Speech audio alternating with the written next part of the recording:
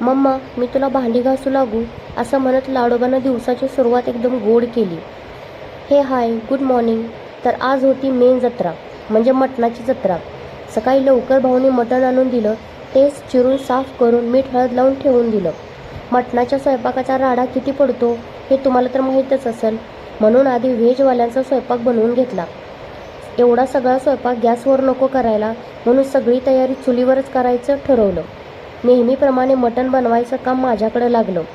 त्याचमुळं भाकरीला काय माझा हात लागलाच नाही. त्यात चुलीचा धूर एवढा लागत होता की मी भाकरी बनवत होती तिकडं काही फिरकलेच नाही. एका चुलीवर भाकरी सुरू होत्या तोपर्यंत मी मसाला वाटण करून घेतलं आणि लागलीच मटण बनवायला घेतलं.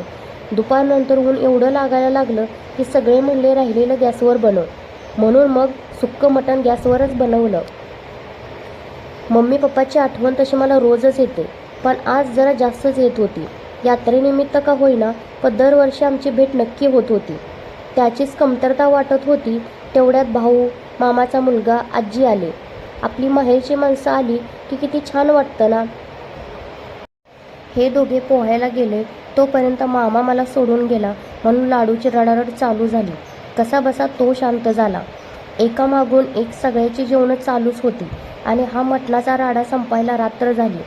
सगळं आवरून लगेच झोपलो, कारण दुसऱ्या दिवशी माघारी जायचं होतं. अशा प्रकारे यात्रेची सुट्टी संपवून आम्ही निघालो परतीच्या प्रवासाला. चला भेटू नेक्स्ट व्लॉगमध्ये आणि मला फॉलो करायला विसरू नका. Okay, bye.